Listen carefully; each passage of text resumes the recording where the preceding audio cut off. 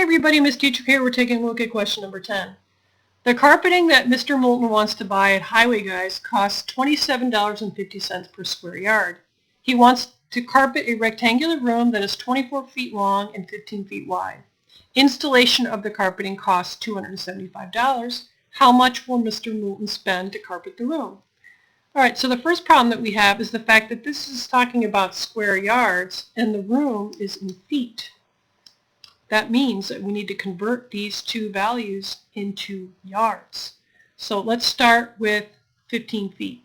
So if we use a proportion, we know that there's 3 feet for every 1 yard, and we want to know how many yards would we have in 15 feet. Since the numbers are compatible, let's take advantage of that. 3 times 5 would give us 15. 1 times 5 would give us how many yards? And that equals 5 yards.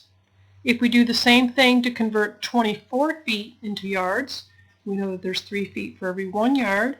Let's take advantage of the fact that 3 is compatible with 24. 3 times 8 would be 24. So 1 times 8 would give us 8 yards.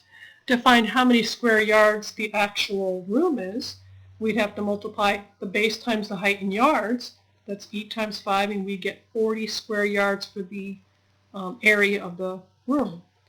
Now, if you're talking about $27.50 per square yard, so that's for 1 yard, we have to cover 40 square yards. So we need to find 40 times $27.50, which would give us this value right here.